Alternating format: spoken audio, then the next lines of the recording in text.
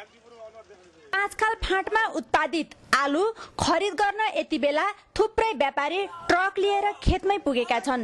व्यापारीहरू खेतमै पुगे पनि यहाँका किसान आफ्नो उत्पादनको मूल्य आफै तय गर्न पाउँदैनन्।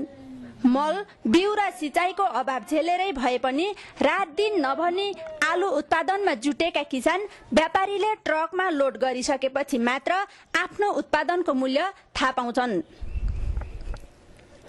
एक त व्यापारीले तोकेको मूल्यमै आलु बिक्री गर्नुपर्ने, अर्कोतिर समयमा भुक्तानी नपाउने समस्याले पनि पाँचखालका किसान निकै सताइएका छन्।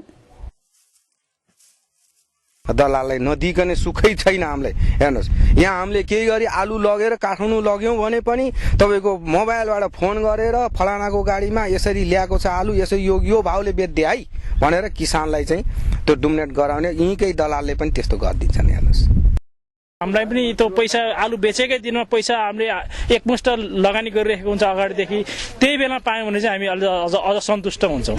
सन्तुष्ट पनि हुन्छौँ, हामीले भन्ने बित्तिकै काम पनि चल्छ। व्यापारीलाई सस्तो मूल्यमा आलु बिक्री गर्ने किसान लामो समयसम्म भुक्तानी नपाउँदा वर्षेनी मल र बिउ खरिद गर्दाको ऋणमा अल्झिरहेका छन्। व्यापारीले तोकेको मूल्यमै आलु जिम्मा लगाउने किसान आफूले बिक्री गरेको भन्दा दोब्बर मूल्यमा उपभोक्ताकोमा पुगेको प्रति बेखबर भने छैनन्। चाहिँ उपभोक्ताहरूले हामीले बेचेको मोलको बीचको चाहिँ मूल्य जुन छ नि, जति हामीले 30 रुपियाँ धारमा यहाँ बेच्यौँ भनेदेखि अनि काठमाडौँको मान्छेहरूले 60 रुपियाँमा खाइसकेका हुन्छन् होला, 50 रुपियाँमा खाएको हुन्छन् होला। 20 रुपियाँको फरक, त्यो लागत मूल्य त्यति हुँदैन, त्यहाँसम्म पुर्याउनको ट्रान्सपोर्टेसन मूल्य त्यति हुँदैन। यो सिजनमा मात्र पाँचखालबाट 1,50,00,000 किलो आलु काठमाडौँ भित्रिएको बताइएको छ।